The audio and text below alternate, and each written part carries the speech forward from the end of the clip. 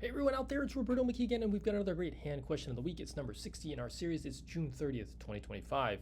The topic is ultrasound and carpal tunnel syndrome. During peripheral ultrasound, the normal cross-sectional area of the median nerve at the proximal wrist crease is A, less than 10 millimeters squared, B, greater than 14 millimeters squared, C, between 10 and 14 millimeters squared, D, less than 12 millimeters squared, or E, greater than 11 millimeters squared.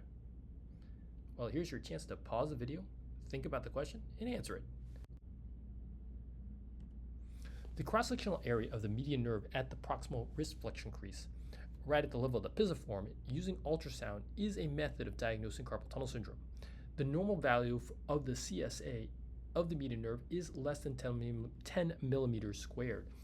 A mild carpal tunnel would be diagnosed between 10 and 11.9 millimeters squared. A moderate carpal tunnel will be diagnosed between 12 and 13.99 millimeters squared. And a severe carpal tunnel would be diagnosed with greater than or equal to 14 millimeters squared.